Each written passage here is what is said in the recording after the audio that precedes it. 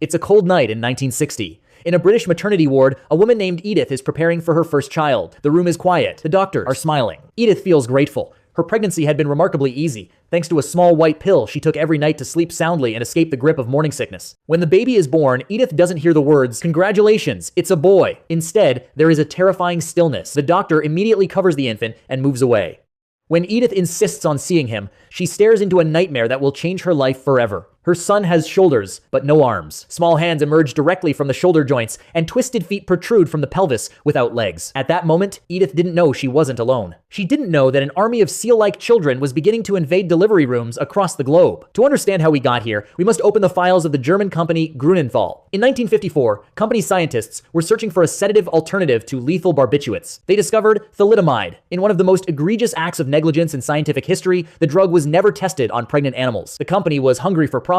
They began distributing the drug as free samples to employees. The wife of one employee became patient zero. Her daughter was born without ears on Christmas Day. Did the company stop? No. They suppressed the report, and their marketing machine began screaming to the world, "Thalidomide is perfectly safe. Even children can take it." By 1958, the drug was everywhere. In Britain, it was called Distavel. In Canada, Kevadon. It was marketed as a cure for everything: headaches, anxiety, and the pregnant woman's greatest enemy, morning sickness. Now, let's step away from emotion and enter the lab.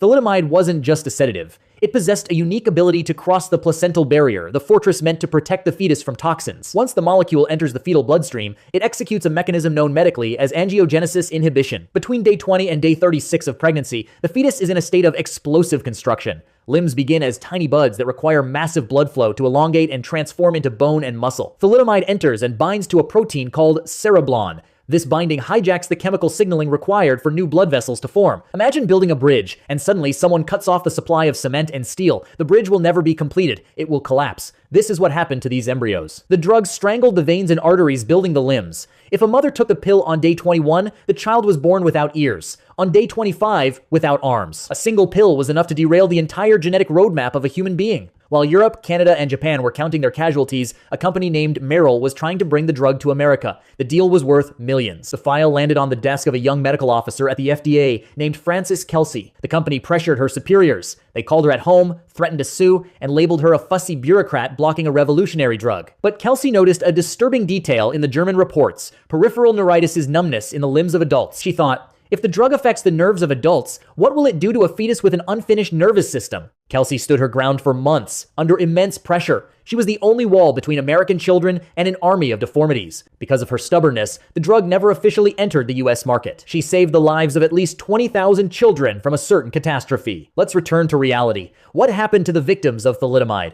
Stephen Powell is one of those children, born without arms and with deformed legs. Stephen recalls a childhood of painful medical experiments. Doctors tried to fit him with heavy, agonizing prosthetic limbs just so he would look normal to society. Mothers suffered a crushing sense of guilt. Terry Wessels, another victim, says, "My mother never forgave herself until the day she died. She always said, 'I swallowed the pill. I did this to you.' For 50 years, the manufacturer refused to take responsibility, even blaming the mothers and claiming the deformities were caused by malnutrition or other factors. In 2012, in the city of Stolberg, Germany, the company finally unveiled a statue of a child without arms and offered a hollow apology. But for the thousands spending their lives in wheelchairs, the apology was far too late." If you found this journey into history interesting, let us know in the comments. Don't forget to like and subscribe for more insights.